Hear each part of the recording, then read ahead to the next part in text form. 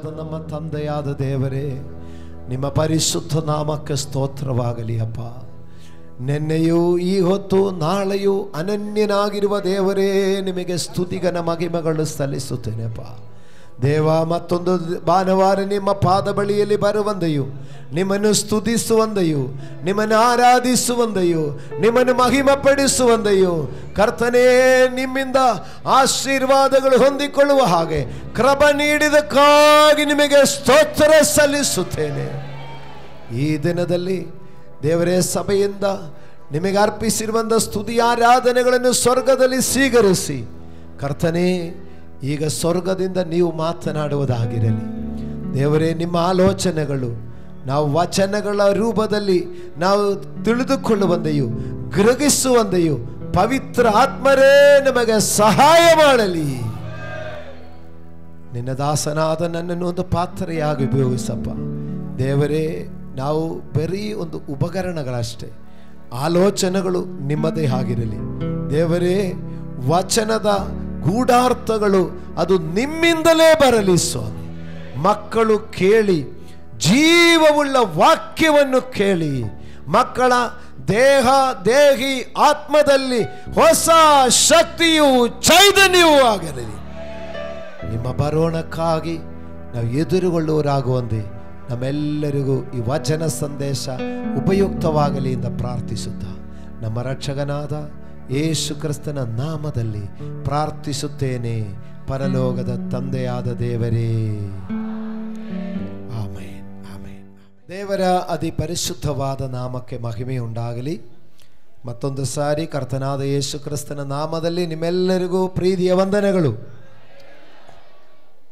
ನಮ್ಮ 7 ದಿವಸದ ಉಪವಾಸ ಪ್ರಾರ್ಥನೆಯ 7ನೆಯ ದಿವಸ ಇವತ್ತು. ನಾವು ಈ ಒಂದು ವಾರ ಉಪವಾಸ ಮಾಡಲಿಕ್ಕೆ ಕಾರಣ, ಸ್ವಾತಂತ್ರ್ಯ ದಿನ ಆಚರಣೆಯಲ್ಲಿ ಆತ್ಮಿಕವಾಗಿಯೂ ಮಾನಸಿಕವಾಗಿಯೂ ನಾವು ಸ್ವತಂತ್ರರಾಗಬೇಕು. ಹಲ್ಲೆಲೂಯಾ. ನಾವು ಮಾತ್ರವಲ್ಲ, ನಮ್ಮ ಸುತ್ತಮುತ್ತಲಿರುವಂಥ ಜನರೆಲ್ಲರೂ ಆ ಸ್ವಾತಂತ್ರ್ಯವನ್ನು ಅನುಭವಿಸಬೇಕಂತ ಉದ್ದೇಶಕ್ಕಾಗಿ ನಾವು ಈ ಉಪವಾಸ ಪ್ರಾರ್ಥನೆ ಮಾಡ್ತಾ ಇರೋದು. ಹಲ್ಲೆಲೂಯಾ. ನಾವು ಅದಕ್ಕಾಗಿ ಈ ಉಪವಾಸದ ದಿನಗಳಲ್ಲೆಲ್ಲ ಒಂದೊಂದು ದಿವಸವು ಉಪವಾಸವಿದ್ದು ಪ್ರಾರ್ಥನೆ ಮಾಡಿದ ಜನ ಯಾವ ಯಾವ ಆಶೀರ್ವಾದಗಳು ಹೊಂದಿಕೊಂಡಿದೆ ಎಂಬುದು ಬಗ್ಗೆ ತಿಳಿದುಕೊಂಡಿದ್ದೇವೆ. ಪ್ರಿಯರೇ, ಇವತ್ತು ಅದರದ್ದು ಲಾಸ್ಟು ದಿವಸದ ಸಂದೇಶಕ್ಕೆ ನಾವು ಹೋಗೋಣ. ಇವತ್ತಿನ ಧ್ಯಾನಕ್ಕಾಗಿ ನೆಹಮ್ಯನ ಪುಸ್ತಕ 6ನೇ ಅಧ್ಯಾಯ 15ನೇ ವಾಕ್ಯ ಮತ್ತು 16ನೇ ವಾಕ್ಯದ ಲಾಸ್ಟ್ ಲೈನು. ಗೋಡೆಯು ಭಾದ್ರಪದ ಮಾಸದ 25ನೆಯ ದಿನದಲ್ಲಿ ತೀರಿತು. ಅದನ್ನು ಕಟ್ಟುವುದಕ್ಕೆ ಒಟ್ಟು 52 ದಿನಗಳು ಹಿಡಿದವು. ಈ ಕಾರ್ಯವು ನಮ್ಮ ದೇವರಿಂದಲೇ ಪೂರೈಸಿತು ಎಂದು ಅವರಿಗೆ ಮಂದಟ್ಟಾಯಿತು. ಹಲ್ಲೆಲೂಯಾ. ಇದರ ಜೊತೆಯಲ್ಲಿ ಒಂದು ವಾಕ್ಯ ಕೂಡ ಓದಿ ನಾವು ಧ್ಯಾನಿಸೋಣ. ಅದೇ ನೆಹಮ್ಯನ ಪುಸ್ತಕ 8ನೇ ಅಧ್ಯಾಯ 10ನೇ ವಾಕ್ಯ ಕೂಡ ಓದಿ ನಾವು ಧ್ಯಾನಿಸೋಣ. ಇದಲ್ಲದೆ ಎಜ್ರನು ಅವರಿಗೆ, ಹೋಗಿ ಮೃಷ್ಟಾನ್ನವನ್ನು ಮಧುರಪಾನವನ್ನು ತೆಗೆದುಕೊಳ್ಳಿರಿ, ತಮಗೋಸ್ಕರ ಏನು ಸಿದ್ಧ ಮಾಡದವರಿಗೆ ಭಾಗಗಳನ್ನು ಕಳುಹಿಸಿರಿ. ಈ ದಿನವು ನಮ್ಮ ಕರ್ತನಿಗೆ ಪ್ರತಿಷ್ಠಿತ ದಿನವಾಗಿರುವುದರಿಂದ ವ್ಯಸನ ಪಡಬೇಡಿರಿ, ಯೆಹೋವನ ಆನಂದವೇ ನಿಮ್ಮ ಆಶ್ರಯವಾಗಿದೆ ಅಂದನು. ಹಲ್ಲೆಲೂಯಾ. ಈ 3 ವಾಕ್ಯಗಳು ನಾವು ಒಟ್ಟಿಗೆ ನೋಡುವಾಗ 52 ದಿವಸಕ್ಕೆ ಇಸ್ರಾಯೇಲಿನ ಪೌಳಿಗೋಡೆ ಕಟ್ಟಿ ಮುಗಿಸಿತು. ಇದು ದೇವರಿಂದಲೇ ಆಗಿದೆ ಎಂದು ತಿಳಿದು ಅನ್ಯ ಜನರಿಗೆ ಮಂದಟ್ಟಾಯಿತು. ಆ ದಿನದಲ್ಲಿ ಮೃಷ್ಟಾನ್ನ ಭೋಜನದಿಂದಲೂ ಮಧುರ ಪಾನದಿಂದಲೂ ತೃಪ್ತಿಯಾಗಿ, ಇದು ಯೆಹೋವನ ಪ್ರತಿಷ್ಠಿಸಿದ ದಿನವೇ, ಯೆಹೋವನ ಆನಂದವೇ ನಮ್ಮ ಆಶ್ರಯವಾಗಿದೆ ಎಂಬುದನ್ನು ಕೊಂಡಾಡಲಿ ಎಂದು ಹೇಳಿದರು. ಹಲ್ಲೆಲೂಯಾ. ದೇವರಿಗೆ ಸ್ತೋತ್ರವಾಗಲಿ. ಕೆಲ ಕಾರ್ಯಗಳು ಪ್ರಾರಂಭಿಸಿ ಅದು ಸರಿಯಾದ ಸಮಯಕ್ಕೆ ಮುಗಿಸಿ ಇದು ದೇವರಿಂದಲೇ ಆಗಿದೆ ಎಂಬುದನ್ನು ಮಂದಟ್ಟಾಗಿ ಆ ದೇವರು ಮಾಡಿದ ಕಾರ್ಯಕ್ಕೋಸ್ಕರ ಸಂತೋಷಪಟ್ಟು ಆನಂದಪಟ್ಟು ಮೃಷ್ಟಾನ್ನ ಭೋಜನವು ಮತ್ತು ಮಧುರ ಪಾನವು ಸೇವಿಸಿ ದೇವರಲ್ಲಿ ಆನಂದಿಸುವ ಒಂದು ಒಳ್ಳೆಯ ದಿನಗಳು ನಮ್ಮ ಮುಂದೆ ಇದೆ. ಈ ಉಪವಾಸದ ಲಾಸ್ಟ್ ಸಂದೇಶದ ಮುಖ್ಯ ವಿಷಯ ಇಷ್ಟೇನೆ. ದೇವರಿಗೆ ಸ್ತೋತ್ರವಾಗಲಿ. ಎಲ್ಲರೂ ತುಂಬ ಗಮನ ಕೊಟ್ಟು ಕೇಳಿದರೆ ಲಾಸ್ಟು ಮೃಷ್ಟಾನ್ನ ಭೋಜನವು ಮಧುರ ಸೇವೆಯು ಮಾಡಿ ಆನಂದದಿಂದ ದೇವರನ್ನು ಆರಾಧಿಸುವಂಥ ದಿನಗಳು ನಿಮಗೆ ಪ್ರಾಪ್ತವಾಗುತ್ತದೆ. ದೇವರ ವಾಕ್ಯ ಹಂಗೆ ಹೇಳಿದೆ, ಯೆಹೋವನ ಆನಂದವೇ ನಮ್ಮ ಆಶ್ರಯವಾಗಿದೆ.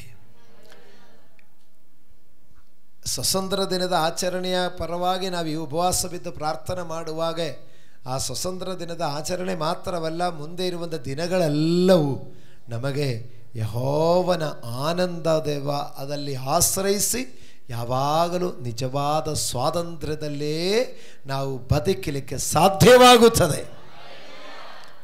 ಅದು ಹೇಗೆ ಎಂಬುದನ್ನು ನಾವು ಕೆಲ ವಚನಗಳಲ್ಲಿ ತಿಳಿದುಕೊಳ್ಳುವಷ್ಟಕ್ಕೆ ಗೊತ್ತಾಗುತ್ತದೆ.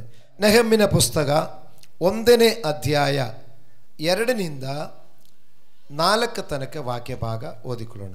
ನನ್ನ ಸಹೋದರರಲ್ಲಿ ಒಬ್ಬನಾದ ಹನಾನಿಯನು ಬೇರೆ ಕೆಲವು ಜನರು ಯಹೂದದಿಂದ ನನ್ನ ಬಳಿಗೆ ಬಂದರು.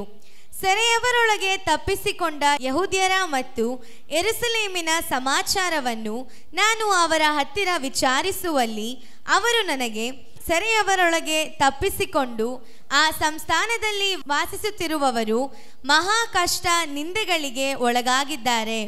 ಯೆರೂಸಲೇಮಿನ ಪೌಳಿಗೋಡೆಯು ಕೆಡವಲ್ಪಟ್ಟಿರುತ್ತದೆ, ಅದರ ಬಾಗಿಲುಗಳು ಬೆಂಕಿಯಿಂದ ಸುಡಲ್ಪಟ್ಟಿರುತ್ತವೆ ಎಂದು ಹೇಳಿದರು.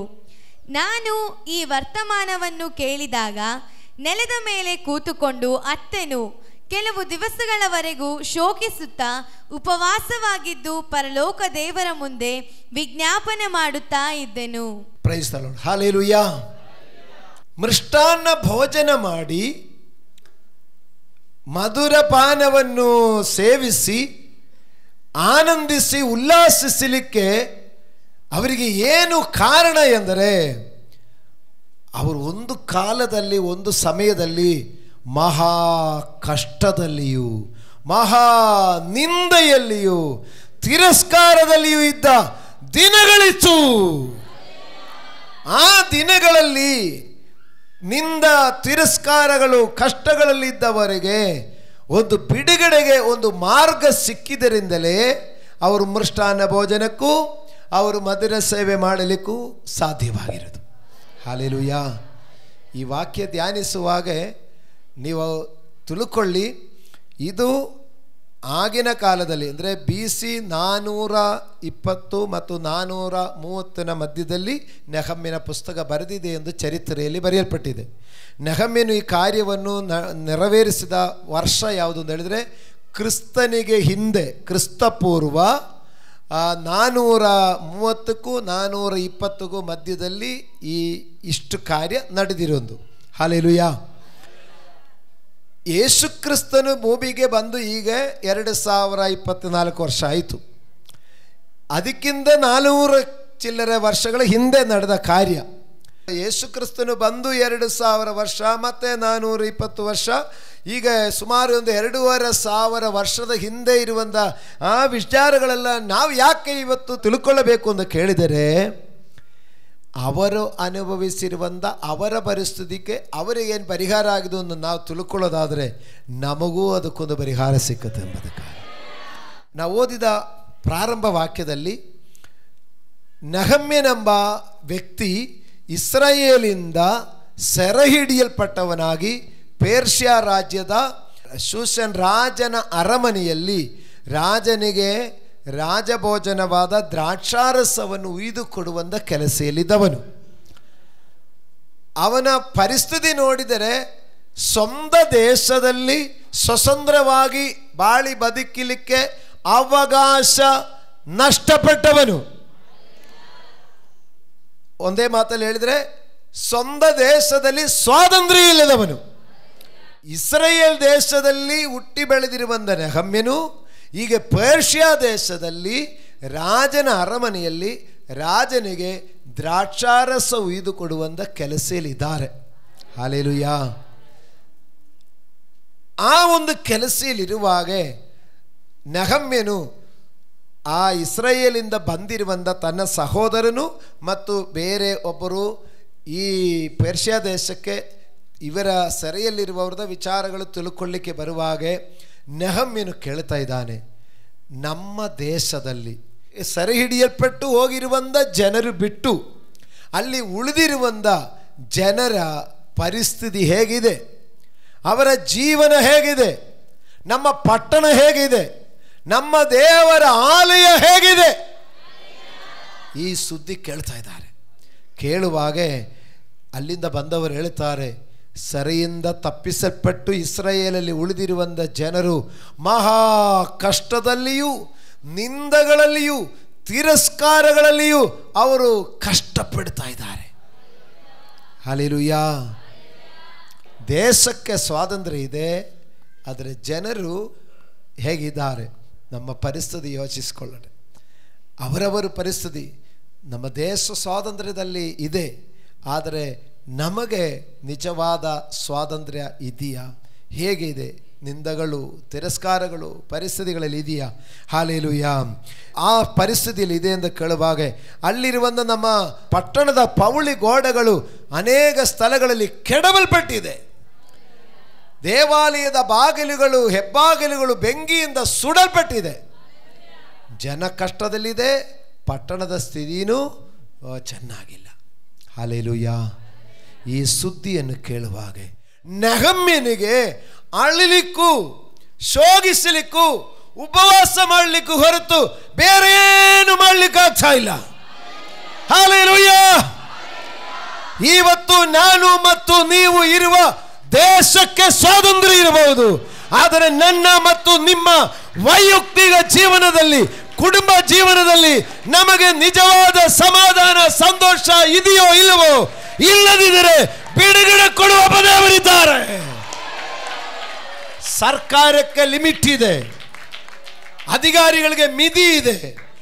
ಈ ಜನರೆಲ್ಲರನ್ನು ಸರಿಯಾಗಿ ಪೋಷಿಸಲಿಕ್ಕೆ ಸರ್ಕಾರಿಗೂ ಅಧಿಕಾರಿಗಳಿಗೂ ಅವರಿಗೆ ಮಿತಿ ಇದೆ, ಆದರೆ ಮಿತಿ ಇಲ್ಲದೆ ಪೋಷಿಸಲಿಕ್ಕಿರುವ ಒಬ್ಬ ದೇವರಿದ್ದಾರೆ.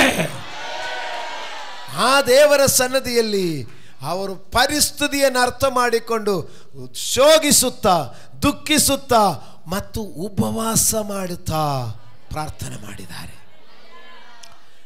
ಸಭೆಯಾಗಿ ನಾವು ಉಪವಾಸ ಮಾಡುವಾಗ ಮಕ್ಕಳೇ, ನಮ್ಮ ಶೋಕ ನೀಗುತ್ತದೆ, ನಮ್ಮ ದುಃಖ ನೀಗುತ್ತದೆ, ನಮ್ಮ ನಿಂದ ತಿರಸ್ಕಾರ ನೀಗುತ್ತದೆ. ಲಾಸ್ಟ್ ವಾಕ್ಯ ಹೇಳಿದೆಯಲ್ಲ, ಅದಕ್ಕೆ ನಾನು ಹೇಳಿದೆ, ಮೃಷ್ಟಾನ್ನ ಭೋಜನವು ಮಧುರ ಪಾನದಿಂದಲೂ ಆನಂದಪಟ್ಟ ದಿವಸ ಅವರಿಗೆ ಬಂದಿತ್ತು. ಹಾಗಾದರೆ ಈ ಪರಿಸ್ಥಿತಿಗಳ ಮಧ್ಯದಲ್ಲಿ ಉಪವಾಸವಿದ್ದು ಶೋಕಿಸುತ್ತಾ ದೇವರ ಸನ್ನಿಧಿಯಲ್ಲಿ ತಗ್ಗಿಸುವಂಥ ಮಕ್ಕಳಿಗೆ ಶೋಕ ನೀಗಿ ನಿಂದ ತಿರಸ್ಕಾರ ನೀಗಿ ನಿಮಗಾಗಿ ದೇವರು ಮೃಷ್ಟಾನ್ನ ಭೋಜನದಿಂದಲೂ ಮಧುರ ಪಾನದಿಂದಲೂ ತೃಪ್ತಿಪಡಿಸಿ ಆನಂದದ ದಿನಗಳನ್ನು ಕೊಡುವವನಾಗಿರುತ್ತಾರೆ. ಯಾವಾಗಲೂ ಉಪವಾಸದಲ್ಲಿರಬೇಕಾಗಿಲ್ಲ, ಯಾವಾಗಲೂ ಕಷ್ಟದಲ್ಲಿರಬೇಕಾಗಿಲ್ಲ. ಸ್ವಲ್ಪ ದಿವಸ ಶೋಕಿಸುತ್ತಾ ದೇವರ ಮುಂದೆ ಒಪ್ಪಿಸಿಕೊಟ್ರೆ ಸಾಕು. ಹಲ್ಲೆಲೂಯಾ. ನೆಹಮ್ಯನು ಒಬ್ಬನೇ ಉಪವಾಸ ಮಾಡ್ತಾ ಇರೋದು. ಆವಾಗ ನೆಹಮ್ಯನು ಎಲ್ಲಿದ್ದಾರೆ ಎಂದು ಕೇಳಿದರೆ, ಪರ್ಷಿಯಾ ರಾಜ್ಯದ ರಾಜನ ಅರಮನೆಯಲ್ಲಿ ರಾಜನಿಗೆ ದ್ರಾಕ್ಷಾರಸವನ್ನು ಉಯ್ದು ಕೊಡುವಂಥ ಕೆಲಸದಲ್ಲಿದ್ದಾರೆ. 2ನೇ ಅಧ್ಯಾಯದ 1ನೇ ವಾಕ್ಯ ನೋಡಿ. ನಾನು ಅರಸನ ಪಾನ ಸೇವಕನಾಗಿದ್ದೆನು.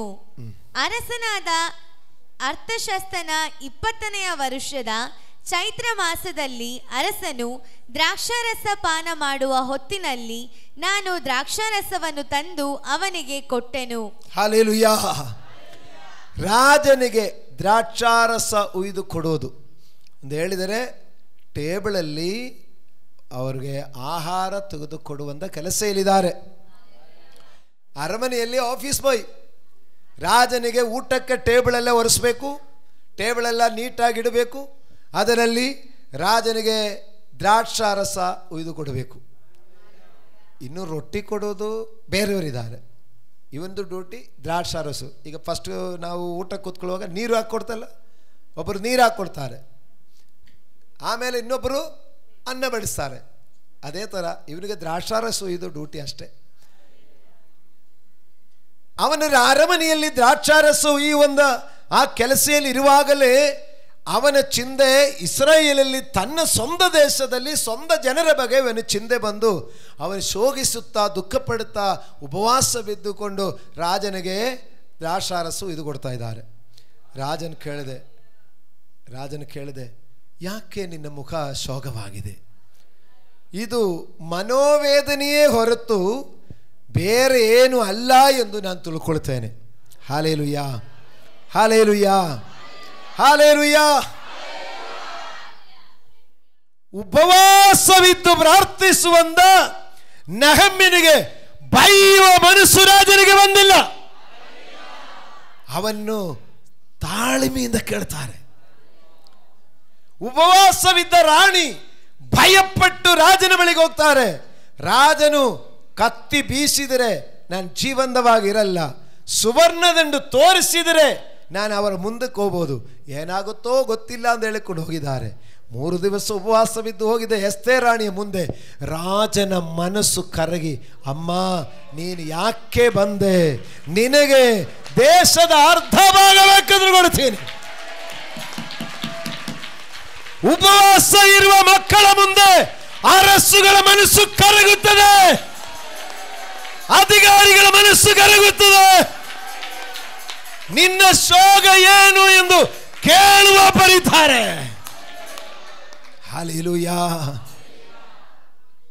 ಮತ್ತೇನು ಸುವಾರ್ತೆ 15ನೇ ಅಧ್ಯಾಯ 32ನೇ ವಾಕ್ಯ ನೋಡಿ. ಆಗ ಯೇಸು ತನ್ನ ಶಿಷ್ಯರನ್ನು ಹತ್ತಿರಕ್ಕೆ ಕರೆದು ಅವರಿಗೆ, ಈ ಜನರನ್ನು ನೋಡಿ ಕನಿಕರ ಪಡುತ್ತೇನೆ. ಅವರು ನನ್ನ ಬಳಿಗೆ ಬಂದು ಈಗ 3 ದಿನವಾಯಿತು, ಅವರಿಗೆ ಊಟಕ್ಕೆ ಏನೂ ಇಲ್ಲ. ಅವರನ್ನು ಉಪವಾಸವಾಗಿ ಕಳುಹಿಸಿ ಬಿಡುವುದಕ್ಕೆ ನನಗೆ ಮನಸ್ಸಿಲ್ಲ. ದಾರಿಯಲ್ಲಿ ಬಳಲಿ ಹೋದಾರು ಎಂದು ಹೇಳಿದನು. ಹಲ್ಲೆಲೂಯಾ. ಎಸ್ತೇರ್ ರಾಣಿಯ ಮುಂದೆ ರಾಜನು ಮಾತ್ರವಲ್ಲ, ನೆಹಮ್ಯನ ಮುಂದೆ ಅರ್ಥವಿಶಿಷ್ಟ ರಾಜನು ಮಾತ್ರವಲ್ಲ, ರಾಜಾದಿರಾಜನು ಕರ್ತಾದಿಕರ್ತನೂ ಆಗಿರುವಂತ ಯೇಸು ಕ್ರಿಸ್ತನ ಕೂಡ 3 ದಿವಸ ಊಟ ಇಲ್ಲದ ಮಕ್ಕಳನ್ನು ನೋಡಿಕೊಂಡು ಹೇಳ್ತಾರೆ, ಈ ಜನರನ್ನು ನೋಡಿ ನಾನು ಕನಿಕರ ಪಡುತ್ತೇನೆ. ಇವರನ್ನು ಬರೀ ಕೈಯಲ್ಲಿ ಕಳಿಸಲಿಕ್ಕೆ ನನಗೆ ಮನಸ್ಸಿಲ್ಲ. ಹಲ್ಲೆಲೂಯಾ. 3 ದಿವಸ ಉಪವಾಸ ಇದ್ದವರ ನೋಡಿ ಏಸಪ್ಪ ಕರಗಿದರೆ 7 ದಿವಸ ಉಪವಾಸ ಮಾಡಿದ ನೋಡಿ ಕನಿಕರ ಪಡಲ್ವಾ? ರಾಜಾದಿರಾಜನು ಕರ್ತಾದಿಕರ್ತನು ಅವರು ಕನಿಕರ ಪಡ್ತಾ ಇದ್ದಾರೆ. ಕನಿಕರ ಪಟ್ಟದು ಮಾತ್ರವಲ್ಲ, ನಾನೀ ಜನರನ್ನು ಬರೀ ಕೈಯಲ್ಲಿ ಕಳಿಸಲಿಕ್ಕೆ ಮನಸ್ಸಿಲ್ಲ. 7 ದಿವಸ ಉಪವಾಸ ಮಾಡಿದ ಮಕ್ಕಳೇ, ಈ 7ನೇ ದಿವಸ ನೀ ಬರೀ ಕೈಯಲ್ಲಿ ಹೋಗಲ್ಲ. ನಾನು ಕಳಿಸಿದ್ರು ನನ್ನ ಅಪ್ಪನ ಕಳಿಸಲ್ಲ, ಅವ್ರು ಬರೀ ಕೈಯಲ್ಲಿ ಕಳಿಸಲ್ಲ. ನಾವು ತಿಳ್ಕೊಳ್ಬೋದು, ಅಯ್ಯೋ ನನ್ನ ಕಷ್ಟ ಯಾರಿಗೆ ಗೊತ್ತು, ನನ್ನ ಪರಿಸ್ಥಿತಿ ಯಾರಿಗೆ ಗೊತ್ತು ಅಂತ ನಾವು ಹೇಳ್ತಾ ಇರ್ಬೋದು. ಯಾರಿಗೂ ಗೊತ್ತಿಲ್ಲದ ಎಲ್ಲರೂ, ಒಂದು ವೇಳೆ ಸಭೆಯಲ್ಲಿ ಪಾಸ್ಟ್ರಿಗೂ ಗೊತ್ತಿಲ್ಲದ್ರು ನಮ್ಮ ಅಪ್ಪನಕ್ಕೆ ಗೊತ್ತಿರುತ್ತದೆ. ಅವರು 3 ದಿವಸ ಆಯಿತು ಊಟ ಮಾಡಿಲ್ಲ ಎಂದು ಗೊತ್ತು, ಅವರ ಕೈಯಲ್ಲಿ ಏನು ಇಲ್ಲ ಎಂದೂ ಗೊತ್ತು, ಅವರು ದಾರಿಯಲ್ಲಿ ಬಳಲಿ ಹೋಗುತ್ತದೆ ಎಂಬುದು ಗೊತ್ತು. ಅವರ ಪರಿಸ್ಥಿತಿ ಗೊತ್ತಿದ್ಕೊಂಡು ಹೇಳ್ತಾರೆ, ನಾನು ಸುಮ್ಮನೆ ಕಳಿಸಲ್ಲ. ಅರ್ಥ ಆಗ್ತಾ ಇದೆಯಾ ಮಕ್ಕಳೇ? ಇದು ಕೇಳಿ ಸ್ತೋತ್ರ ಹೇಳ್ತಾ ಇರಬೇಕು. ಬರೀ ಕೈಯಲ್ಲಿ ಹೋಗಲ್ಲ, ನೀವು ಬರೀ ಕೈಯಲ್ಲಿ ಹೋಗಲ್ಲ. ದೇವರಿಗೆ ಸ್ತೋತ್ರವಾಗಲಿ. ಅದರಿಂದ ಪ್ರಿಯರೇ, ತಿರುಗಿ ಬರೋಣ ನೆಹಮ್ಯನ ಕಡೆಗೆ.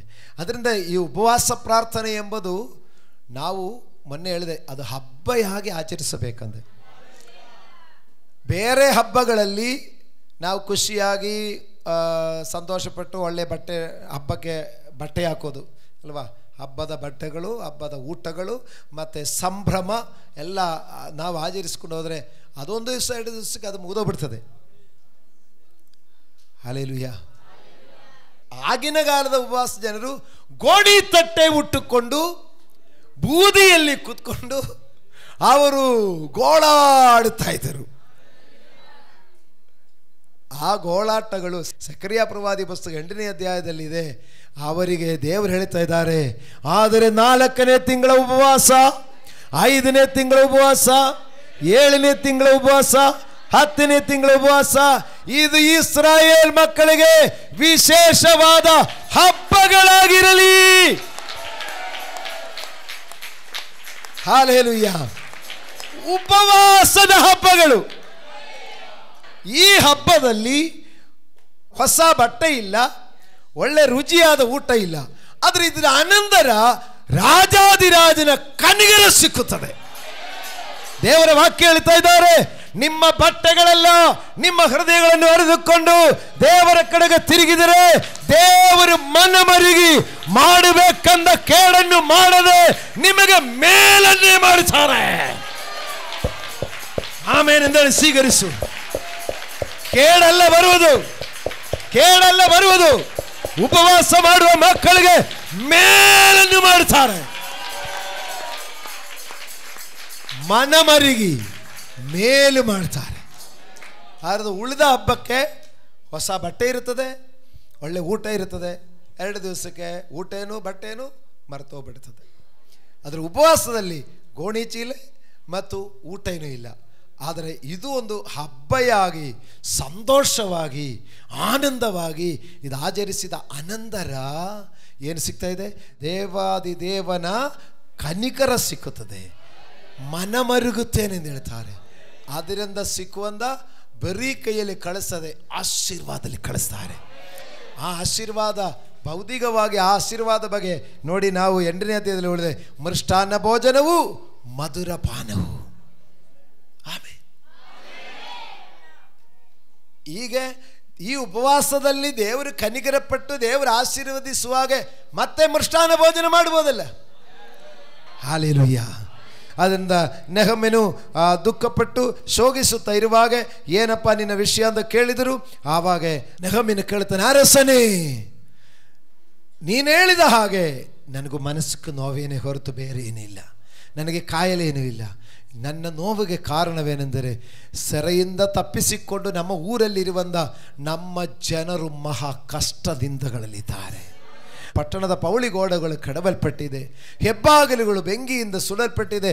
ಈ ಸುದ್ದಿ ಕೇಳಿಕೊಂಡೇ ನನಗೆ ವೇದನೆ ಬಂದಿತು. ದೇವರಿಗೆ ಸ್ತೋತ್ರವಾಗಲಿ. ಪ್ರಿಯ ದೇವರ ಮಕ್ಕಳಿರ, ನಿನ್ನೆ ಮೊನ್ನೆ ನಾವು ಧ್ಯಾನ ಮಾಡಿದೆ, ನಮ್ಮ ನೋವು ಮಾತ್ರ ಇರಕೂಡದು, ನಮ್ಮ ಕಷ್ಟ ಮಾತ್ರ ಅಲ್ಲ. ನೆಹಮ್ಯನು ಈ ಸರವಾಸವಾಗಿ ನಾನು ಈ ಪೇರ್ಷಿಯಾ ರಾಜ್ಯಕ್ಕೆ ಬಂದು ಬಿದ್ದಿದೆಯಲ್ಲ ಅಂದಲ್ಲ ಅವನ ಚಿಂತೆ. ನಾನು ಈ ರಾಜನಿಗೆ ಈ ಪಾನಪಾತ್ರ ಉಯ್ದು ಕೊಡುವ ಕೆಲಸದಲ್ಲಿ ನನ್ನ ಇಟ್ಟು ಬಿಟ್ಟಿದೆಯಲ್ಲ, ನನ್ನ ಏಕರ ಲೆಕ್ಕದಲ್ಲಿರುವ ಜಮೀನು ಇಸ್ರಾಯೇಲಲ್ಲಿ ಅದು ಬೀಡು ಬಿದ್ದಿದೆಯಲ್ಲ ಅಂದಲ್ಲ ಅವನ ಟೆನ್ಷನು. ನನ್ನ ಜನರು ಕಷ್ಟದಲ್ಲಿದ್ದಾರೆ, ನನ್ನ ಪಟ್ಟಣದ ಗೋಡೆ ಕಡವಪಟ್ಟಿದೆ, ಬಾಗಿಲು ಸುಟ್ಟೋಗಿದೆ. ಇಲ್ಲಿದ್ದೀರಾ ಪ್ರಿಯ ಮಕ್ಕಳೇ? ನಮ್ಮ ಮೇಲೆ ದೇವರು ಕನಿಕರ ಪಡಲಿಕ್ಕೆ ನಮ್ಮದು ಮಾತ್ರ ಯೋಜಿಸಿದರೆ ಸಾಲದು.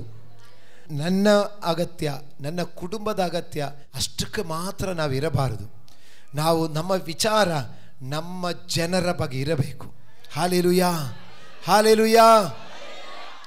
ನೀವು ಮತ್ತೊಬ್ಬರನ್ನ ಆಶೀರ್ವದಿಸಬೇಕು, ನಿಮಗೆ ಆಶೀರ್ವಾದ ಆಗುತ್ತೆ. ಮತ್ತೊಬ್ಬರ ಕಷ್ಟದ ಬಗ್ಗೆ ಪ್ರಾರ್ಥಿಸಬೇಕು, ನಿಮ್ಮ ಕಷ್ಟ ತೀರುತ್ತದೆ. ದೇವರಿಗೆ ಸ್ತೋತ್ರವಾಗಲಿ. ಅರಮನೆಯಲ್ಲಿರುವಂಥ ನೆಹಮ್ಯನಿಗೆ ಅರಮನೆಗೆ ರಾಜನ ಮುಂದೆ ನಿಲ್ಲಲಿಕ್ಕೆ ತಕ್ಕ ಡ್ರೆಸ್ ಇರಬೇಕು. ಹಾಗಾದರೆ ನೆಹಮ್ಯನು ದುಃಖ ಪಡಲಿಕ್ಕೆ ನನಗೆ ಒಳ್ಳೆ ಬಟ್ಟೆ ಇಲ್ಲ ಅಂತ ದುಃಖ ಇಲ್ಲ ಅವನಿಗೆ. ಅವನ ಊಟ ರಾಜ ಭೋಜನವಿದೆ, ಅವನು ಇರಲಿಕ್ಕಿದ್ದಕ್ಕ ಮನೆ. ಅವನ ಗುಡಿಸಲಿಂದ ಬಂದು ರಾಜನ ಅರಮನೆ ಕೆಲಸಕ್ಕೆ ಬರ್ತಾರ? ರಾಜನ ಅರಮನೆಗೆ ಸಮೀಪದಲ್ಲಿ ಉದ್ಯೋಗಸ್ಥರಿಗೆ ಅದಕ್ಕೆ ತಕ್ಕ ಕೊಠಡಿಗಳು ಬೇರೆ ಇದೆ, ಆಫೀಸುಗಳಿದೆ. ಆವಾಗ ಪಾನಪಾತ್ರ ವಾಹಕನಿಗೆ ಅವನಿಗೆ ತಕ್ಕ, ರಾಜನ ಅರಮನೆಗೆ ತಕ್ಕ ಹಾಗಿರುವಂಥ ಆಫೀಸ್ ರೂಮ್ ಕೊಟ್ಟಿರ್ತದೆ. ನೋಡಿ ನೆಹಮ್ಯನ ಸ್ಥಿತಿ ನೋಡಿ. ನೆಹಮ್ಯನಿಗೆ ಒಳ್ಳೆಯ ವಸ್ತ್ರ ಇದೆ, ಒಳ್ಳೆಯ ಆಹಾರವಿದೆ, ಒಳ್ಳೆಯ ಮನೆ ಇದೆ, ಮತ್ತೆ ರಾಜನ ಅರಮನೆಯಿಂದ ಬರಲಿಕ್ಕೆ ಅವನಿಗೆ ಬೇಕಾದ ಎಲ್ಲ ಅನುಕೂಲಗಳಿದೆ. ಆದರೂ ಅವನು ಅಳ್ತಾ ಇದ್ದಾನೆ, ಶೋಗಿಸುತ್ತಾ ಇದ್ದಾನೆ. ಅದು ಸಾಲದು, ಈ ರಾಜ ಭೋಜನವನ್ನು ನೋಡಿಕೊಂಡು ಕೆಲವೇ ದಿವಸ ಊಟನೇ ಮಾಡಿಲ್ಲ. ಗಮನಿಸಿ ಪ್ರಿಯರೇ, ನಮಗೆ ಆಶೀರ್ವಾದ ಬರುವ ಮಾರ್ಗ ನಾನು ಹೇಳಿಕೊಡ್ತಾ ಇದ್ದೀನಿ. ಅವನಿಗೆ ಸಭೆಯಲ್ಲಿ ಉಪವಾಸ ಪ್ರಾರ್ಥನೆ ಇದೆ ಎಂದು ಘೋಷಣೆ ಮಾಡಲಿಲ್ಲ. ನೆಹಮ್ಯನ ಜೊತೆಯಲ್ಲಿ ಉಪವಾಸ ಮಾಡಲಿಕ್ಕೆ ಬೇರೆ ಯಾರೂ ಇರಲಿಲ್ಲ. ನೆಹಮ್ಯನ ಒಬ್ಬನೊಳಗಡೆ ಬಂದ ಮನಸ್ಸು ತನ್ನ ಜನರ ಬಗ್ಗೆ, ತನ್ನ ಪಟ್ಟಣದ ಬಗ್ಗೆ, ತನ್ನ ಪಟ್ಟಣದ ಪವಳಿ ಗೋಡೆ ಬಗೆಯು ಬಾಗಿಲು ಬಗೆಯು ಅವನೊಬ್ಬನಿಗೆ ಬಂದ ಚಿಂತೆ. ಆ ಪಟ್ಟಣದ ಕೆಡವಲ್ಪಟ್ಟ ಗೋಡೆ ಬಗ್ಗೆ ಯೋಚಿಸುವಾಗ, ಅಲ್ಲಿರುವಂಥ ಜನರ ಆ ನಿಂದ ತಿರಸ್ಕಾರಗಳು ನೋಡುವಾಗ, ಆ ಸುದ್ದಿ ಕೇಳುವಾಗ ಅವನಿಗೆ ರಾಜಭೋಜನದ ಮೇಲೆ ಆಸೆ ಬಂದಿಲ್ಲ. ಹಲ್ಲೆಲೂಯಾ. ನಾವು ನಮ್ಮ ಬಗ್ಗೆ ಯೋಚಿಸುವಾಗ ಉಪವಾಸ ಮಾಡಲಿಕ್ಕೆ ಯಾರಿಗೂ ಆಗಲ್ಲ, ನನಗೂ ಆಗಲ್ಲ. ನನ್ನ ಬಗ್ಗೆ ಯೋಚನೆ ಮಾಡಿದ್ರೆ ಉಪವಾಸ ಮಾಡಲಿಕ್ಕೆ ನನಗೂ ಮನಸ್ಸು ಬರಲ್ಲ. ಆದರೆ ನಮ್ಮ ಮುಂದೆ ಕೆಲ ಕಾರ್ಯಗಳಿದೆ ಎಂದಿರುವಾಗ ಉಪವಾಸವಿದ್ದಾದರೂ ನಾವು ಬೇಡಿಕೊಳ್ಬೇಕಾ, ದೇವರೇ ನೀವಿದು ಮಾಡಿಕೊಡಲೇಬೇಕು, ನಮಗೆ ಇದಕ್ಕೆ ಬೇರೆ ದಾರಿ ಇಲ್ಲ ಎಂದು ಬರುತ್ತದೆ. ನನ್ನ ಪ್ರಿಯ ದೇವರ ಮಕ್ಕಳೀರ, ನಾನು ಮತ್ತು ನೀವು ಅನೇಕರಲ್ಲಿ ನಾವು ದೇವರ ಕಡೆಗೆ ಬಂದು ಎಷ್ಟೋ ಶಾಂತಿ ಸಮಾಧಾನವಾಗಿದ್ದರು. ನಮ್ಮ ಸುತ್ತಲಿರುವಂಥ ನಾವಿರುವಂಥ ನಮ್ಮ ಗ್ರಾಮಗಳಲ್ಲಿ ಅನೇಕ ಜನರು ಇನ್ನೂ ಕಷ್ಟದಲ್ಲಿದ್ದಾರೆ, ಇನ್ನೂ ರೋಗದಲ್ಲಿದ್ದಾರೆ, ಇನ್ನು ಕೆಲ ಮನೆಗಳಲ್ಲಿ ಕುಡಿಕತನದಲ್ಲಿರೋದರಿಂದ ಅವರ ಮನೆಯಲ್ಲಿ ಸಮಾಧಾನ ಇಲ್ಲ. ಅನೇಕರ ಕುಟುಂಬಗಳಲ್ಲಿ ಬಡಸ್ತನಗಳಿದೆ, ಅನೇಕ ಕಷ್ಟ ಸಂಗಡಗಳಲ್ಲಿದ್ದಾರೆ. ನಮ್ಮ ವಿಚಾರಗಳು, ನನ್ನ ಜನ, ನನ್ನ ಭಾಷೆ, ನನ್ನ ಊಟ, ನನ್ನ ಡ್ರೆಸ್ ಕೋಡು ಆ ಥರ ನಾವು ತಿಳ್ಕೊಳ್ಳದೆ, ಭಾರತ ನನ್ನ ದೇಶ, ಎಲ್ಲ ಭಾರತೀಯರು ನನ್ನ ಸಹೋದರ ನನ್ನ ಸಹೋದರಿ ಎಂದ ಭಾವನೆಯಿಂದ ಇಡೀ ಭಾರತ 140 ಕೋಟಿ ಜನರಿಗೂ ರಕ್ಷಣೆಯಾಗಬೇಕು. ಹಲ್ಲೆಲೂಯಾ. ನೆಹಮ್ಯನಿಗೆ ಸೌಕರ್ಯ ಇದೆ, ಅನುಕೂಲ ಇದೆ, ಸುಖ ಇದೆ, ಕೊರತೆ ಇಲ್ಲ. ಆದರೂ ಅಲ್ಲಿ ಇಸ್ರಾಯೇಲಲ್ಲಿ ಜನ ಕಷ್ಟಪಡೆದು ನೋಡಿಕೊಂಡು ಅವನು ಶೋಕಿಸುತ್ತಾ ದುಃಖಿಸುತ್ತಾ ಉಪವಾಸವಿದ್ದು ಆ ಜನರಿಗಾಗಿ ಪ್ರಾರ್ಥಿಸುತ್ತಾರೆ. ಹಲ್ಲೆಲೂಯಾ. ಪ್ರಿಯ ದೇವರ ಮಕ್ಕಳಿರ, ಯೇಸು ಕ್ರಿಸ್ತನು 12 ಮಂದಿ ಶಿಷ್ಯರನ್ನು ಕರೆದು ಅಭಿಷೇಕಿಸಿ ಅವರಿಗೇನು ಹೇಳಿದೆ? ನೀವು ಹೊರಟು ಹೋಗಿ ಯೆರೂಸಲೇಮು, ಯೂದಾಯ, ಸಮರ್ಯ, ಭೂಲೋಕದ ಕಟ್ಟ ಕಡೆಯವರೆಗೂ ಹೋಗಿ ಸಕಲ ಜನರಿಗೂ ಸಾಕ್ಷಿಯಾಗು. ಪ್ರಪಂಚದ ಸಕಲ ಜನರು ನಮಗೆ ಸಹೋದರ ಸಹೋದರಿಗಳು. ಹಲ್ಲೆಲೂಯಾ. ನಮ್ಮ ಭಾರತ ದೇಶಕ್ಕೆ ಪ್ರಿಂಟಿಂಗ್ ಮಿಷಿನ್ ತಕ್ಕೊಂಡು ಬಂದಿದ್ದು ಇಂಗ್ಲಿಷ್ ಮಿಷನರಿಗಳು. ನಮ್ಮ ಭಾರತ ದೇಶದಲ್ಲಿ ಫಸ್ಟ್ ನ್ಯೂಸ್ ಪೇಪರು, ನ್ಯೂಸ್ಗಳು ಒಂದು ಕಡೆ ಇರುವ ನ್ಯೂಸ್ ಇನ್ನೊಂದು ಕಡೆ ತಲುಪಿಸಲಿಕ್ಕೆ ನ್ಯೂಸ್ ಪೇಪರ್ ಪ್ರಾರಂಭಿಸಿರುವುದು ಇಂಗ್ಲಿಷ್ ಮಿಷನರಿಗಳು. ಭಾರತ ದೇಶದಲ್ಲಿ ಸರಿಯಾಗಿ ವಸ್ತ್ರ ಧರಿಸಿಕೊಳ್ಳಲಿಕ್ಕೆ ಕಲಿಸಿಕೊಟ್ಟವರು ಇಂಗ್ಲಿಷ್ ಮಿಷನರಿಗಳು. ಹಲ್ಲೆಲೂಯಾ. ಪ್ರಿಯರೇ, ಅದರಿಂದ ನೆಹಮ್ಯನು ಉಪವಾಸ ಮಾಡಿದು ಬೇರೆ ಜನರಿಗೋಸ್ಕರ. ಮಂಜನಗಳ್ಳಿ ಸಭೆಯೇ 7 ದಿವಸ ಉಪವಾಸ ಮಾಡುದು ಅವರವರಿಗಾಗಿ ಮಾತ್ರವಲ್ಲ, ಅವರವರ ಕುಟುಂಬಕ್ಕಾಗಿ ಮಾತ್ರವಲ್ಲ, ಎಲ್ಲ ಜನಾಂಗಗಳಿಗಾಗಿ. ಇದರ ಸೀಕ್ರೆಟ್ ಕೂಡ ಹೇಳಿ ನಾನು ಮುಗಿಸ್ತೇನೆ. ಎಲ್ಲ ಜನರ ಪರವಾಗಿ ಉಪವಾಸ, ಒಂದು ಜನರಿಗಾಗಿ, 2 ಆ ಪಟ್ಟಣಕ್ಕಾಗಿ. ಹಲ್ಲೆಲೂಯಾ. ಇಸ್ರಾಯೇಲಿನ ಪೌಳಿ ಗೋಡೆಗೆ ಕೆಡವಲ್ಪಟ್ಟಿದೆ. ಎಲ್ಲ ಗ್ರಾಮಗಳು ಆಶೀರ್ವಾದ ಆಗಬೇಕು, ಎಲ್ಲ ಜಿಲ್ಲೆಗಳು ಆಶೀರ್ವಾದವಾಗುವು, ಎಲ್ಲ ರಾಜ್ಯಗಳು ಆಶೀರ್ವಾದ ಆಗಬೇಕು, ಎಲ್ಲ ದೇಶಗಳು ಆಶೀರ್ವಾದ ಆಗಬೇಕು. ಇದೆಯಾ ಇಲ್ಲಿ? ನನ್ನ ಗ್ರಾಮ ಮಾತ್ರ ಚೆನ್ನಾಗಿದ್ರೆ ಸಾಕಪ್ಪ ಅಂದ ಹಂಗೇನಾ? ಎಲ್ಲರೂ ನಮ್ಮವರೊಂದು ಭಾವನೆ. ಕರ್ತನಿಗೆ ಸ್ತೋತ್ರ. ನೋಡಿ, ನೆಹಮ್ಯನಿಗೆ ಎಲ್ಲರೂ ನನ್ನವರು, ನನ್ನ ಗ್ರಾಮದ ಪೌಳಿಗೋಡೆ ಅಂದ್ರೆ ಇವಾಗ ಕಾಂಪೌಂಡ್ ವಾಲ್ ಅಂತ ಅರ್ಥ ಅಲ್ಲ. ಆ ಗ್ರಾಮ ಸುರಕ್ಷಿತವಾಗಿರಬೇಕು, ಆ ಜಿಲ್ಲೆ ಸುರಕ್ಷಿತವಾಗಿರಬೇಕು, ಆ ರಾಜ್ಯ ಸುರಕ್ಷಿತವಾಗಿರಬೇಕು, ಆ ದೇಶ ಸುರಕ್ಷಿತವಾಗಿರಬೇಕು. ಹಲ್ಲೆಲೂಯಾ. ದೇಶಗಳು ಸುರಕ್ಷಿತವಾಗಲಿಕ್ಕೆ ಯಾಕೆ ಉಪವಾಸ ಮಾಡ್ತಾ ಇರುವುದು? ಎಲ್ಲ ಜನರಿಗಾಗಿ. ನೆಹಮ್ಯನು ಉಪವಾಸ ಮಾಡಿದು ಜನರಿಗಾಗಿ. ಪೌಳಿ ಗೋಡೆ ಕಟ್ಟಲಿಕ್ಕೆ, ಸುಟ್ಟೋಗಿರುವ ಹೆಬ್ಬಾಗಲು ನಿಲ್ಲಿಸಲಿಕ್ಕೆ ಉಪವಾಸವಿದ್ರು, ಪ್ರಾರ್ಥನೆ ಮಾಡಿದ್ರು. ರಾಜನು ಕೇಳಿದ್ರು, ನಿನಗೆ ಏನು ಬೇಕು? ನನಗೆ ಈ ಪೌಳಿ ಗೋಡೆ ಕಟ್ಟಲಿಕ್ಕೆ, ಹೊರಟು ಹೋಗಲಿಕ್ಕೆ ನನಗೆ ಒಂದು ಅಪ್ಪಣೆ ಆಗಬೇಕು. ನಮ್ಮ ಭಾಷೆಯಲ್ಲಿ ಹೇಳಿದ್ರೆ ನನಗೆ ರಜೆ ಬೇಕು ರಾಜನೇ ಎಂದು ಕೇಳಿದ್ರು. ದೇಶದ ಜನರ ಬಗ್ಗೆ ದುಃಖಪಟ್ಟು ಶೋಕಿಸುತ್ತಾ ಉಪವಾಸ ಮಾಡುವ ನೆಹಮ್ಯನನ್ನು ನೋಡಿಕೊಂಡು ರಾಜನ್ ಕೇಳ್ತಾ ಇದ್ದಾನೆ, ನಿನಗೆ ಎಷ್ಟು ದಿವಸ ರಜೆ ಬೇಕು? ನೋಡಿ, ವಾಕ್ಯ ಇದೆ, 6ನೇ ವಾಕ್ಯ. ರಾಣಿಯು ಅರಸನ ಹತ್ತಿರದಲ್ಲೇ ಕೂತುಕೊಂಡಿದ್ದಳು. ಅರಸನು, ಪ್ರಯಾಣಕ್ಕೆ ನಿನಗೆ ಎಷ್ಟು ಕಾಲ ಬೇಕು? ಯಾವಾಗ ಹಿಂದಿರುಗುವಿ ಎಂದು ವಿಚಾರಿಸಿದಾಗ, ಆಮೇಲೆ ರಾಜನ್ ಕೇಳಿದ, ಎಷ್ಟು ಕಾಲ ಬೇಕು ರಜಾ ನಿನಗೆ? ರಜಾ ಮುಗಿದು ಯಾವತ್ತು ವಾಪಸ್ ಡ್ಯೂಟಿಗೆ ಬರ್ತೀರಾ? ಇಲ್ಲಿದ್ದೀರಾ ಪ್ರಿಯರೇ? ನಾವು ನಂದು ಹೇಳಿಕೊಂಡಿರುವಾಗ ನಮ್ದಲ್ಲೇ ತೃಪ್ತಿಯಾಗಿರ್ಬೇಕಾಗಿರುತ್ತದೆ. ಆದರೆ ನಂದು ಎಂಬುದು ಬಿಟ್ಟು ನಮ್ಮದು ಎಂಬ ಭಾವಿಸುವಾಗ ನಮ್ಮದು ಎಂಬುದಲ್ಲಿ ನಮಗೆ ಕೈಗೂಡಿ ಬರುತ್ತದೆ. ಆಮೇಲೆ ರಾಜ ಕೇಳಿದಾನೆ, ಎಷ್ಟು ದಿವಸ ರಜೆ ಬೇಕು ಕೇಳಿದೆ. ರಜಾ ಅವನೊಂದು ಸಮಯ ಹೇಳಿದರು, ಒಂದು ಕಾಲ ಹೇಳಿದರು. ಆಮೇಲೆ ಸರಿ ರಾಜನ ಹೇಳಿದೆ, ಹೋಗಬಹುದು ಅಂತ ಹೇಳಿದೆ. ಹೋಗುವಾಗ ಅವನೊಂದು ಮಾತು ಕೇಳಿದೆ, ನಾನು ಹೋಗುವಾಗ ನಮ್ಮ ದೇಶದ ಹೆಬ್ಬಾಗಿಲುಗಳು ಬೆಂಕಿಯಲ್ಲಿ ಸುಟ್ಟೋಗಿದ್ರಿಂದ ಆ ಬಾಗಿಲು ಮಾಡಲಿಕ್ಕೆ ಅಲ್ಲಿ ಅರಣ್ಯದಿಂದ ಮರ ಕಡಿಯಲಿಕ್ಕೆ ಒಂದು ಪರ್ಮಿಷನ್ ಬೇಕು, ವನಪಾಲಕರಿಂದ ಒಂದು ಪರ್ಮಿಷನ್ ಬೇಕು. ರಾಜನ ಹೇಳಿದೆ, ಅದಕ್ಕೆ ನಾನು ಅನುಮತಿ ಕೊಡ್ತೇನೆ. ಅದಕ್ಕೆ ವನಪಾಲಕರಿಗೆ ಅನುಮತಿ ಪತ್ರವನ್ನು ಕೊಟ್ಟು ಮಾತ್ರವಲ್ಲ, ಕೆಳಗಡೆ ಓದುವಾಗ ದೇವರ ವಾಕ್ಯ ಹಿಂಗೆ ಹೇಳ್ತಾ ಇದೆ, ನನ್ನ ದೇವರ ಕೃಪಾ ಹಸ್ತ ಪಾಲನೆ ನನಗಿದ್ದರಿಂದ ಅರಸನು ಅವುಗಳನ್ನು ನನಗೆ ಕೊಟ್ಟಿದ್ದಲ್ಲದೆ ನನ್ನನ್ನು ಸಾಗ ಕಳುಹಿಸುವುದಕ್ಕೋಸ್ಕರ ಸೇನಾಧಿಪತಿಗಳನ್ನು ರಾಹುದರನ್ನು ಕಳುಹಿಸಿದನು.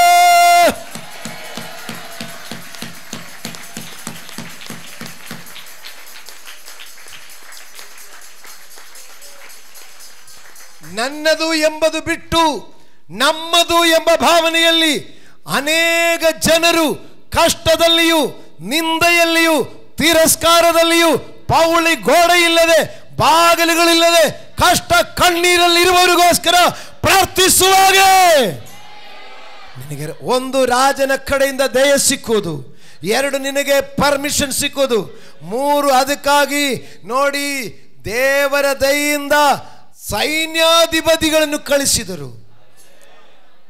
ರಾಹುದರರು ಕುದುರೆ ಸವಾರರನ್ನು ಅವನಿಗೆ ಸಪೋರ್ಟ್ಗೆ ಕಳಿಸಿದರು.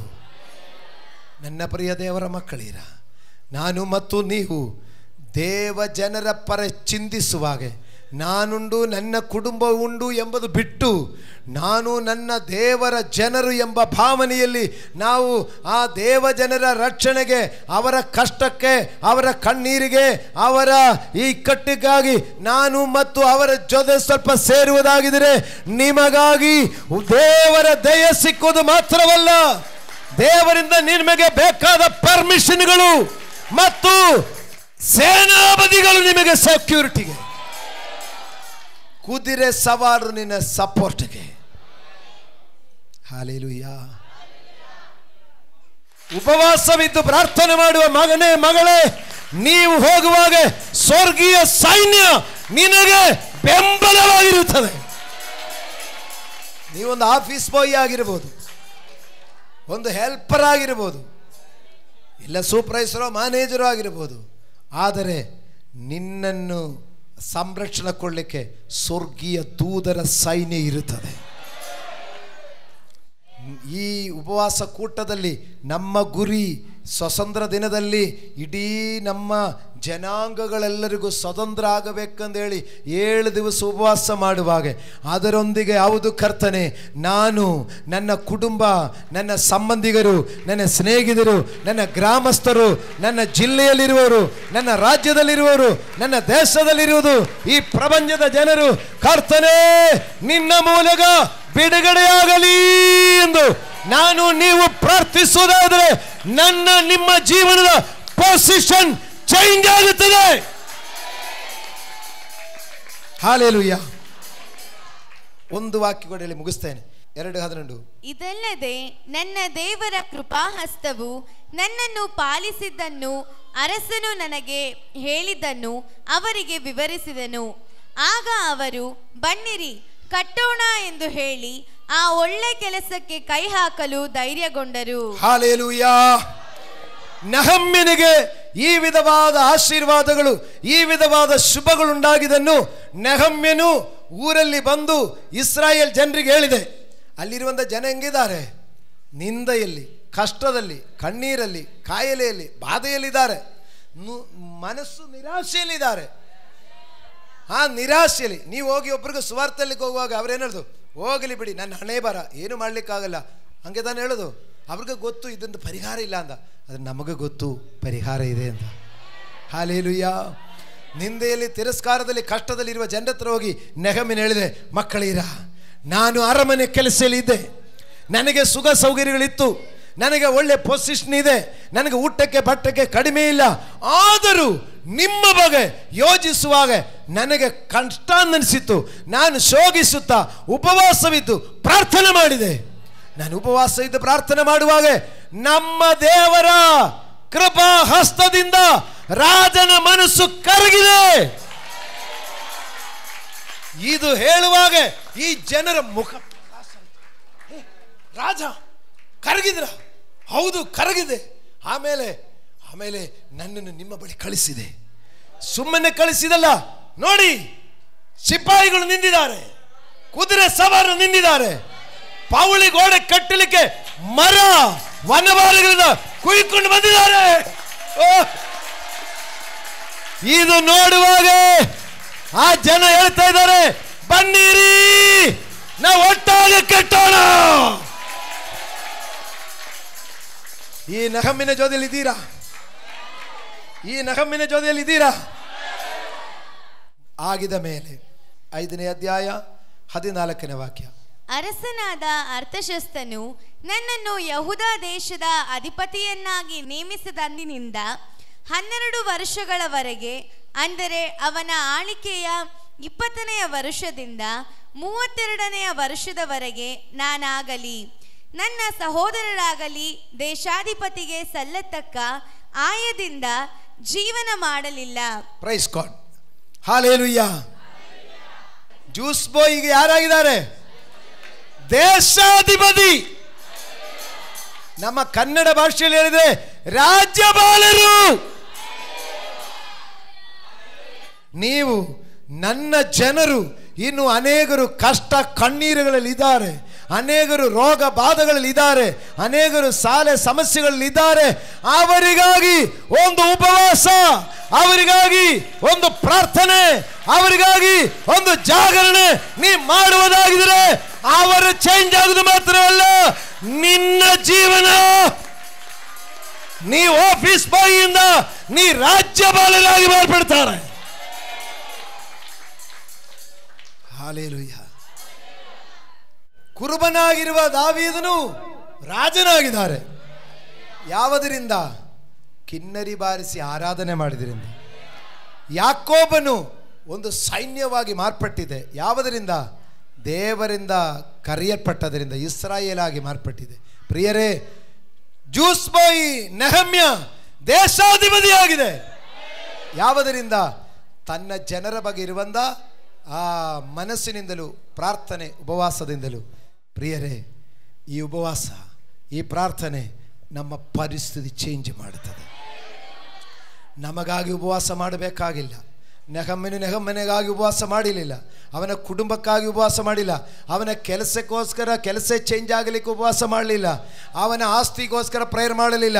ಅವನು ಉಪವಾಸ ಮಾಡಿರುವುದು ಕಷ್ಟಪಡುವ ಜನರಿಗಾಗಿ, ನಿಂದ ತಿರಸ್ಕಾರದಲ್ಲಿರುವ ಜನರಿಗಾಗಿ, ವೇದನೆಯಲ್ಲಿರುವ ಜನರಿಗಾಗಿ, ನಾಶನದ ಮಾರ್ಗದಲ್ಲಿರುವ ಜನರಿಗಾಗಿ, ಅವರಿಗಾಗಿ ಉಪವಾಸ ಮಾಡುವಾಗ ಒಂದು, ಅವನಿಗೆ ರಾಜನ ಮನಸ್ಸಿನಲ್ಲಿ ದಯ ಸಿಕ್ಕಿತ್ತು. 2, ಅದಕ್ಕೆ ಬೇಕಾದ ಸೌಲಭ್ಯಗಳು ಸಿಕ್ಕಿತ್ತು. 3, ಅವನಿಗೆ ಸೈನ್ಯಾಧಿಪತಿಗಳು ಸಿಕ್ಕಿತ್ತು. ಅವನಿಗೆ ಕುದುರೆ ಸವಾರರು ಸಿಕ್ಕಿತ್ತು. ಮಾತ್ರವಲ್ಲ, ಅವನಿಗೆ ದೇಶಾಧಿಪತಿಯಂದ ಪೋಸ್ಟ್ ಸಿಕ್ಕಿತು. ನಾನು ನೀವು ನಮಗಾಗಿ ಮಾತ್ರ ಯೋಜಿಸದೆ ದೇವರ ರಾಜ್ಯಕ್ಕೆ ಯೋಜಿಸು.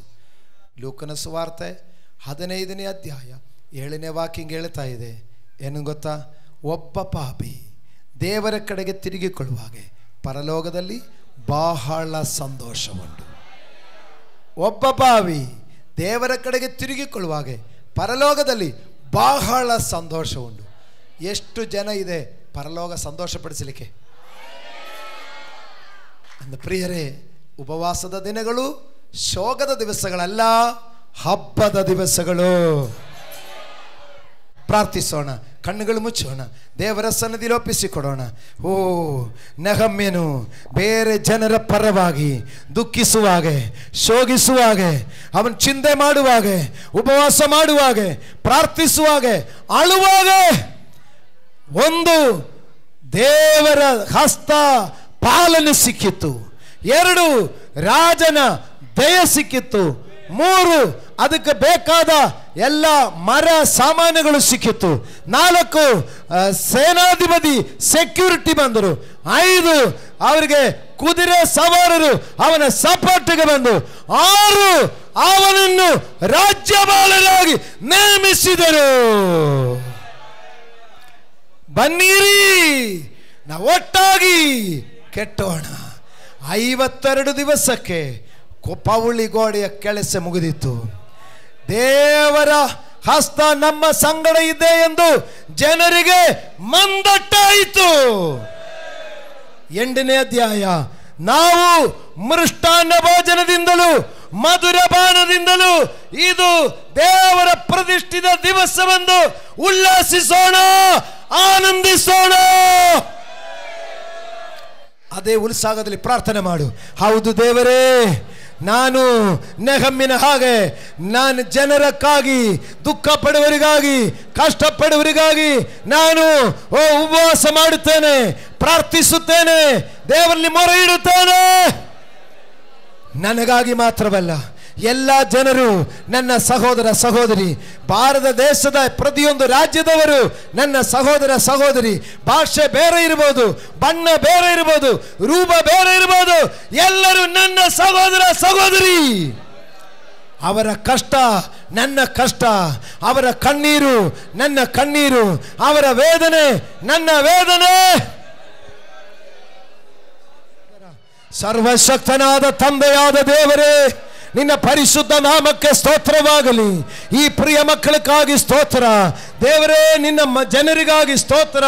ನೀ ಕರೆದುಕೊಂಡು ಬಂದ ಮಕ್ಕಳು, ಅವರ ಭಾಷೆ ಬೇರೆ ಬೇರೆ ಆದರೂ, ಹಿಂದಿ, ಕನ್ನಡ, ತೆಲುಗು ಮತ್ತು ಮಲಯಾಳ, ಇನ್ನು ತಮಿಳು, ದೇವರೇ ನಿನ್ನ ಮಕ್ಕಳ ಭಾಷೆ ಯಾವುದೇ ಇರಲಿ, ಇವತ್ತು ಕೇಳಿದ ವಾಕ್ಯಗಳ ಆಧಾರದ ಮೇಲೆ ಅಪ್ಪ, ನಾವು ಈ ಚಿಕ್ಕವರಲ್ಲಿ ಒಬ್ಬನಾದರೂ ನಶಿಸಿ ಹೋಗೋದು ಪರಲೋಕದ ತಂದೆಯ ಚಿತ್ತವಲ್ಲದಿರುವಾಗ, ಮಂಜನಗಳಲ್ಲಿ ಸಭೆಯ ಚಿತ್ತ, ದೇವರ ಚಿತ್ತ ನೆರವೇರಿಸುವುದೇ ಆಗಿದೆ. ಆದ್ದರಿಂದ ಕರ್ತನೆ, ನಮ್ಮ ಸುತ್ತಮುತ್ತಲು ಅನೇಕ ಜನ ಕಷ್ಟದಲ್ಲಿದ್ದಾರೆ, ಅನೇಕರು ಕಣ್ಣೀರಲ್ಲಿದ್ದಾರೆ, ಅನೇಕರು ರೋಗದಲ್ಲಿದ್ದಾರೆ, ಅನೇಕರು ಕಾಯಿಲೆಗಳಲ್ಲಿದ್ದಾರೆ. ಅವರಿಗಾಗಿ ಪ್ರಾರ್ಥಿಸುತ್ತೇನೆ. ಈ ಆಗಸ್ಟ್ 15 ಈ ಸ್ವತಂತ್ರ ದಿನ ಅವರಿಗೆ ಬಿಡುಗಡೆಯ ದಿನವಾಗಬೇಕು, ಅವರಿಗೆ ರಕ್ಷಣೆಯ ದಿನವಾಗಬೇಕು, ಅವರಿಗೆ ಸ್ವಾತಂತ್ರ್ಯ ದಿನವಾಗಬೇಕು. ಆ ರೋಗಿಗಳ ಸೌಖ್ಯ ಆಗಬೇಕು ದೇವರೇ. ದುರಾತ್ಮ ಬಾಧಿತರು ಬಿಡುಗಡೆಯಾಗಬೇಕು ದೇವರೇ. ಅವರು ನಮಗೆ ಗೊತ್ತಿಲ್ಲದವರಾಗಿರ್ಬೋದು, ಅವರು ನಮಗೆ ಪರಿಚಯ ಇಲ್ಲದವರಾಗಿರ್ಬೋದು, ಆದರೆ ಅವರು ನಮ್ಮ ದೇಶದ ನಿವಾಸಿಗಳು. ಅವರಿಗಾಗಿ ಪ್ರಾರ್ಥಿಸುತ್ತೇನೆ. ಈ ಸ್ವಾತಂತ್ರ್ಯ ದಿನ ಆಚರಣೆಯಲ್ಲಿ 14-15 ದೇವರೇ, ನಾವು ಸಭೆಯಾಗಿ ಕೂಡಿ ಬಂದು ದೇಶಕ್ಕಾಗಿ ಪ್ರಾರ್ಥಿಸುವಾಗ, ಜನಗಳಿಗಾಗಿ ಪ್ರಾರ್ಥಿಸುವಾಗ ನಿಜವಾದ ಬಿಡುಗಡೆ, ನಿಜವಾದ ರಕ್ಷಣೆ, ನಿಜವಾದ ಸೌಖ್ಯ, ನಿಜವಾಗಿ ಜನ ಸ್ವರ್ಗ ರಾಜ್ಯಕ್ಕೆ ಬಾಧ್ಯರಾಗಲಿಕ್ಕೆ ನಾನು ಅದಕ್ಕೆ ಉಪವಾಸ ಮಾಡುತ್ತೇನೆ. ನಾನು ಅದಕ್ಕಾಗಿ ಶೋಗಿಸುತ್ತಾ ಪ್ರಾರ್ಥನೆ ಮಾಡಲಿಕ್ಕೆ ನನ್ನನ್ನು ಸಮರ್ಪಿಸುತ್ತೇನೆ. ನನ್ನ ಪೊಸಿಷನ್ ಚೆನ್ನಾಗಿರ್ಬೋದು, ನಾನು ಅರಮನೆಯಲ್ಲಿ ಇರ್ಬೋದು, ನನಗೆ ಒಳ್ಳೆ ಊಟ ಇರ್ಬೋದು, ನನಗೆ ಒಳ್ಳೆ ಬಟ್ಟೆ ಇರ್ಬೋದು, ನನಗೆ ಒಳ್ಳೆ ಸೌಕರ್ಯ ಇರ್ಬೋದು, ಆದರೂ ನನ್ನ ಜನರ ಪರವಾಗಿ ನಾನು ಉಪವಾಸ ಮಾಡಲಿಕ್ಕೆ ಒಪ್ಪಿಕೊಳ್ಳುತ್ತೇನೆ. ನನ್ನ ಜನರಿಗಾಗಿ ಅವರ ಕಷ್ಟ ನನ್ನ ಕಷ್ಟ ಅಂತ ತೆಗೆದುಕೊಂಡು ಅವರಿಗೋಸ್ಕರ ಒಡಕಿನಲ್ಲಿ ನಿಂತು ಪ್ರಾರ್ಥಿಸಲಿಕ್ಕೆ ನನ್ನನ್ನು ಸಮರ್ಪಿಸುತ್ತೇನೆ. ನಿನ್ನ ಹಸ್ತಪಾಲನೆ ಜೊತೆಲಿದೆ ಎಂದು ವಾಕ್ಯದಲ್ಲಿ ಹೇಳಿದಕ್ಕಾಗಿ ಸ್ತೋತ್ರ. ಅರಸುಗಳ ಮನಸ್ಸು ನನ್ನ ಕಡೆಗೆ ತಿರುಗುತ್ತಾರೆ ಎಂದು ನೀ ಹೇಳಿದಕ್ಕಾಗಿ ಸ್ತೋತ್ರ. ಪೌಳಿಗೋಡೆ ಕಟ್ಟಲಿಕ್ಕೆ, ಹೆಬ್ಬಾಗಲುಗಳು ನಿಲ್ಲಿಸಲಿಕ್ಕೆ ಕಲ್ಲು ಮರ ನೀ ಒದಗಿಸುವುದಕ್ಕಾಗಿ ಸ್ತೋತ್ರ. ಅದಕ್ಕೆ ಸೆಕ್ಯೂರಿಟಿಯನ್ನು ಕಳಿಸುವುದಕ್ಕಾಗಿ ಸ್ತೋತ್ರ. ಸಂಚಾರ ಮಾಡಲಿಕ್ಕೆ ಬೇಕಾದ, ಆಗಿನ ಕಾಲದಲ್ಲಿ ಕುದುರೆ ಸವಾರಾದರೆ ಈಗಿನ ಕಾಲದ ಹೊಸ ಮಾಡೆಲ್ ವಾಹನಗಳು ನೀ ಒದಗಿಸುವುದಕ್ಕಾಗಿ ಸ್ತೋತ್ರ. ಎಲ್ಲದಕ್ಕಿಂತ ಹೆಚ್ಚಾಗಿ ದೇವರೇ, ಆ ಟಿಬೋಯ್ ಎಂಬ ಸ್ಥಾನದಿಂದ ನೀ ರಾಜ್ಯಪಾಲರೆಂಬ ಸ್ಥಾನಕ್ಕೆ ನನ್ನನ್ನು ಅಭಿವೃದ್ಧಿಪಡಿಸುವುದಕ್ಕಾಗಿ ಸ್ತೋತ್ರ. ಅದು ಮಾತ್ರವಲ್ಲದೆ ನನ್ನನ್ನು ಮೃಷ್ಟಾನ್ನ ಭೋಜನದಿಂದಲೂ ಮಧುರ ಪಾನದಿಂದಲೂ ಸಂತೋಷದ ದಿನಗಳನ್ನು ಕೊಡುವುದಕ್ಕಾಗಿ ಸ್ತೋತ್ರ. ಅಷ್ಟೂ ಮುಗಿಯದೆ ದೇವಕುಮಾರನು ದೇವಕುಮಾರತಿ ಎಂದ ಪದವಿಯಲ್ಲಿ ನನ್ನನ್ನು ಪರಲೋಕ ರಾಜ್ಯಕ್ಕಾಗಿ ಕರೆದೊಯ್ದು ನೀವಿರುವ ಸ್ಥಳದಲ್ಲಿ ಇರಿಸುವುದಕ್ಕಾಗಿಯೂ ಸ್ತೋತ್ರ.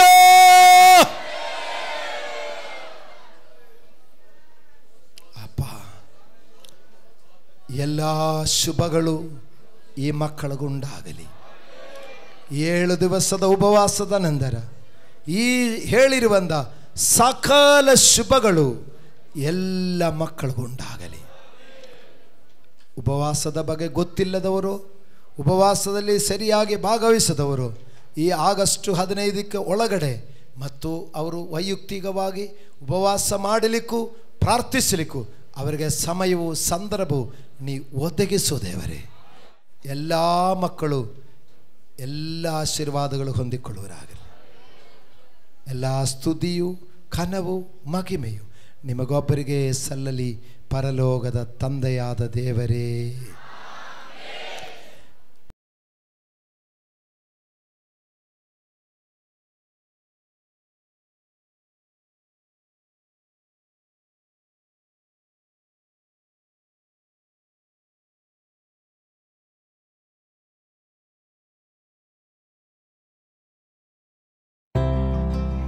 ವೀಕ್ಷಕರೇ, ನೀವು ಹೊಂದಿದ ಆಶೀರ್ವಾದವನ್ನು ನಮ್ಮೊಂದಿಗೆ ಹಂಚಿಕೊಳ್ಳಿರಿ. ನೀವು ಸಂಪರ್ಕಿಸಬೇಕಾದ ಮೊಬೈಲ್ ಸಂಖ್ಯೆ 8217761567. ಹೆಚ್ಚಿನ ವಿಡಿಯೋಗಳಿಗಾಗಿ ನಮ್ಮ ಚಾನೆಲ್ ಅನ್ನು ಸಬ್ಸ್ಕ್ರೈಬ್ ಮಾಡಿಕೊಳ್ಳಿರಿ. ದೇವರು ತಾನೇ ನಿಮ್ಮೆಲ್ಲರನ್ನು ಆಶೀರ್ವದಿಸಲಿ.